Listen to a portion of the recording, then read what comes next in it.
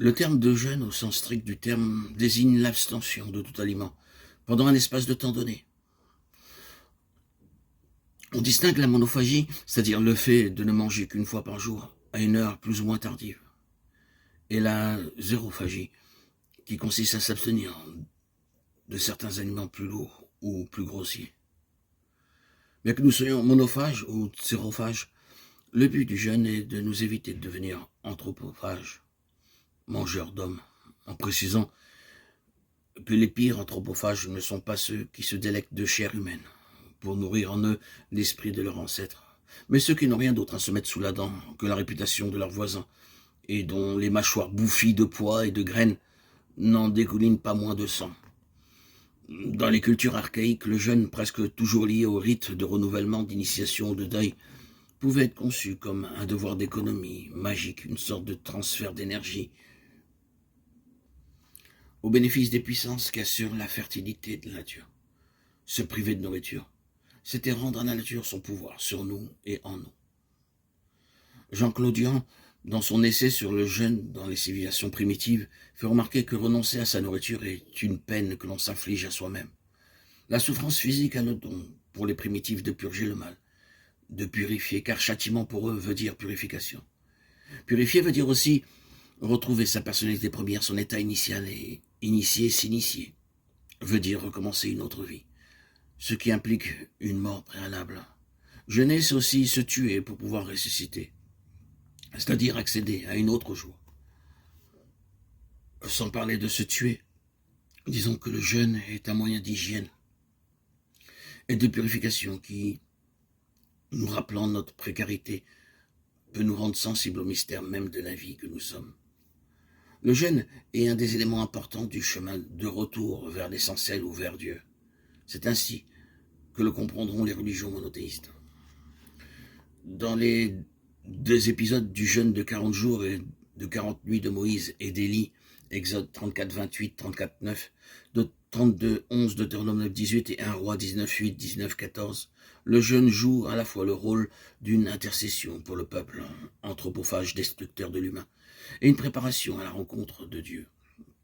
On retrouve ce caractère de préparation à l'inspiration et au don de vision dans le jeûne et le respect des interdits alimentaires chez Daniel et ses compagnons. Daniel 1, 16, 17, 10, 2, 3, 12. Ainsi, pour autant que l'évacuation de nos graisses superflues, le jeûne a pour fonction de nous préparer à la contemplation de l'être qui est et que nous sommes, lorsque nous acceptons d'être dépouillés des lourdeurs et des opacités de l'ego. Mais les prophètes nous rappellent avant Jésus que le jeûne peut encore être récupéré par le vieux singe, coupé de la prière et de l'amour et ne sert qu'à flatter Narcisse, qui se fait maigre pour plaire à la secte, à l'église ou à la société environnante. Les régimes monophages ou xérophages sont à la mode. Les publicités de régimes miracles dans les revues ont venu en vente chez tous les marchands de journaux. Certains pères du désert auraient aimé, hélas, ces poudres miraculeuses qui vous épargnent le péché d'une saveur. C'est l'amour que je veux, non le sacrifice. Osez. 6.6. Ne savez-vous pas quel est le jeûne qui me plaît? Oracle de Yahweh, Dieu. Rompre les chaînes injustes, délier les liens du joug, renvoyer libres les opprimés, briser tous les jougs, partager ton pain avec la famille, héberger les pauvres sans abri, vêtir celui que tu vois nu, et ne pas te dérober devant celui qui est ta propre chair. Isaïe 58, 6, 7, Zacharie 8, 19, Joël 2, 12, 13, Tobie 12, 8. Rendre libre, briser le joug, délier les chaînes. Le jeûne est mis en relation avec la liberté. Il s'agit de jeûner de ce qui nous aliène le plus et aliène les autres. Chacun sait alors où son jeûne doit se situer, parce que chacun sait ce qui le rend dépendant, aliéné à une habitude, qui n'est pas nécessairement une nourriture. Chacun sait avec quoi il comble son manque, les gaufres, les armes ou les bijoux qui rassurent son néant. Le texte précise bien, il ne s'agit pas de renoncer à tout, mais de tout partager, pain, amour ou connaissance. Ne pas se dérober devant celui et notre propre faim.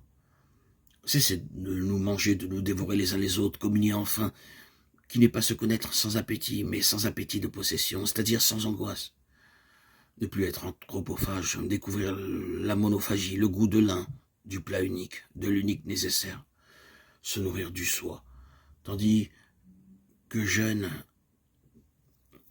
et s'épuise le moi, se nourrir de l'être. Ne nous en a-t-il pas prié au jour de sa Pâque? Prenez et mangez-en tous. Nourris du soi, nos amours ne sont plus soif qui s'étreignent, mais fontaines qui débordent. S'ils ne nous conduisent pas à cette source de lin, à quoi servent nos jeûnes, nos carêmes et nos ramadans?